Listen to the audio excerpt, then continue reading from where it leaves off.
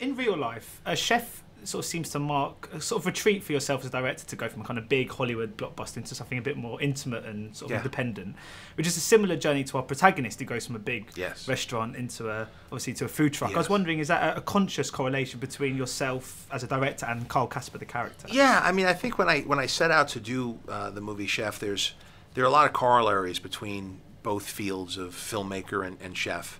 There's differences, but there's enough similarities that I could relate to the character. And you know, what's different, I think, is that when you work in a big kitchen or a small kitchen, you still have the same stove, you still have the same ingredients. When you work on a big movie, though, you get all these other tools and toys to work with, and you could make a completely different product. There's still the balancing act, though, of when people are putting money into something that you're involved with creatively, you've got to make sure they make their money back. And the smaller the film, the less you worry about making the money back, because it's easier to make back a smaller budget. When you work on a big movie, you got to listen to a lot of opinions. And the character that I play in the movie leaves behind the job that paid him well and had good customers, but he couldn't change the menu. And he set off to start again. And in the case of him, it's with a food truck, which does feel a lot like working on a small independent film. And so that's where I tried to connect with the character. So, I mean, arguably, is Chef, would you say, the most personal project to you since Swingers? Is it the most sort of autobiographical? Yeah, Chef's definitely the most personal since Swingers. Autobiographical is a tricky term. I don't know if it's autobiographical because it's more of who I could have been had I lived my life differently, because he's not a great dad, and I've always paid attention to making sure that I was present for my family, and this character let the marriage fall apart, let the career take over, and made a lot of bad decisions over the years where he found himself not creatively fulfilled. My life's not as interesting. I've always made sure that my family has been part of my decision making, and I've been really challenged and excited by films of all sizes that I've done, whether successful or unsuccessful. They've been great experiences for me. And as for the cooking side to this, you obviously can't escape.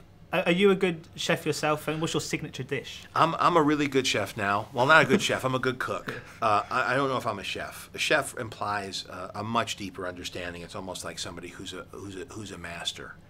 And when a chef actually prepares a meal, they could be using exactly the same ingredients, and you could be cooking it right next to them. You taste both dishes, and you know that the chef has made one and the cook has made the other. But I am good at executing a chef's vision. I could work in a kitchen. I've trained very hard, gone to culinary school, worked the hotline under Roy Choi, the chef who came up with the menu items and oversaw my training and helped me and consulted on the script. So it's become a really great hobby of mine that I'm still pursuing even after the film is over. So I was wondering as well, I mean, I'm not a big fan of the expression feel good. Yeah. But, I mean, Chef, it's one of those films where it's kind of unashamedly good-spirited and makes you just leaving happy and sort of feeling great. And I think that a lot of films these days, you sort of go in, they're quite morbid, they're quite bleak. I mean, is it quite nice for you just to offer something to audiences that's just really, well, feel good? I think making an audience feel good is my job, you know. Life's hard for everybody.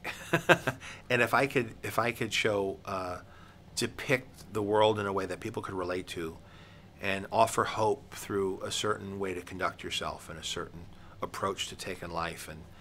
And if you could vicariously live through what the character lives through, and the character perseveres and is rewarded for that, I think that that's part of your job as a storyteller, you know. And talking of storytelling, I mean, you've always had such an eclectic range of projects across your career. Yes. And I was just wondering, is it a struggle, but is it an enjoyable struggle to maintain a kind of continuing thread and a continuing tone between your movies, be it a blockbuster or an independent film like this? I think the tone comes from just who I am and all the myriad of decisions that I make from day to day, whether it's picking out what color the hat is or which room to film in or how to build the set. As a director, that the amalgam of all those decisions becomes the tone of the film. And as I take on different genres and different styles and different sizes of film, it's interesting to see if you could tell that the same guy made them, even though they're so different. And in certain types of films, it infuses more easily, certainly like Chef or Swingers or something I'm in. Iron Man also, I think, has a lot of my personality. Elf does as well. and sometimes it's harder to see. Sometimes, especially like I've worked on pilots, and so many people are involved in a television pilot with casting and what they wear and where we shoot and what the script is, that you're hard-pressed to let yourself show through it all. TV commercials are the same way. So this was a very, very fulfilling version of what I could be doing for a living. And that's because obviously, talking of which, I mean, The Jungle Book's next. Yes. And how that's probably going to be quite a challenge in bringing your own tone into it, because obviously there's the renowned Disney version. I'm wondering how you're sort of balancing the sort of remaining faithful to the original yet being unique in your own right as well. It's very tricky working on a film of the size and the scope of The Jungle Book. You know, what's interesting about it is that there is a tradition, both the Kipling tradition and the Disney tradition, and they both complement each other, but they're both very distinct and different. So how do you combine those two things? How do you use the technology available to you to show the movie and present it in a way that nobody's seen it before? But of course, the more you use technology, the less spontaneous the film could feel, the less organic the film could feel. And the film has to feel organic. I think that's part of the signature of my tone is a naturalism.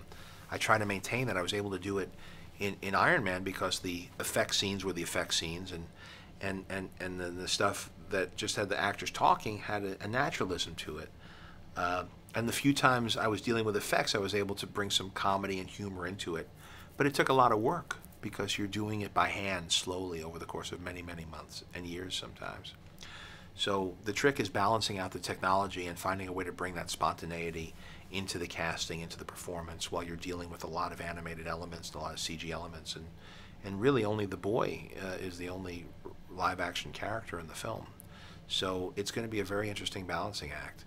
But nothing ventured, nothing gained. I'm so excited by getting to play with that toolbox, and excited to have access to one of the strong Disney brands that really hasn't been commented on for a while. It's a chance to break new ground and create a new tone. And to me, that's a lot more fun and interesting and challenging than just doing a sequel of something that already has established its tone. Yeah. So when does that get started? Well, we're started. You know, we're working on it. I have artists working right now, and you know, we're casting. We have, and we're starting to slowly build the film. And it's not like your traditional live-action film where you just go, you roll camera, you go back and you edit it. We're building sequences and things now, even before we've rolled camera on the lead, as we look for a lead.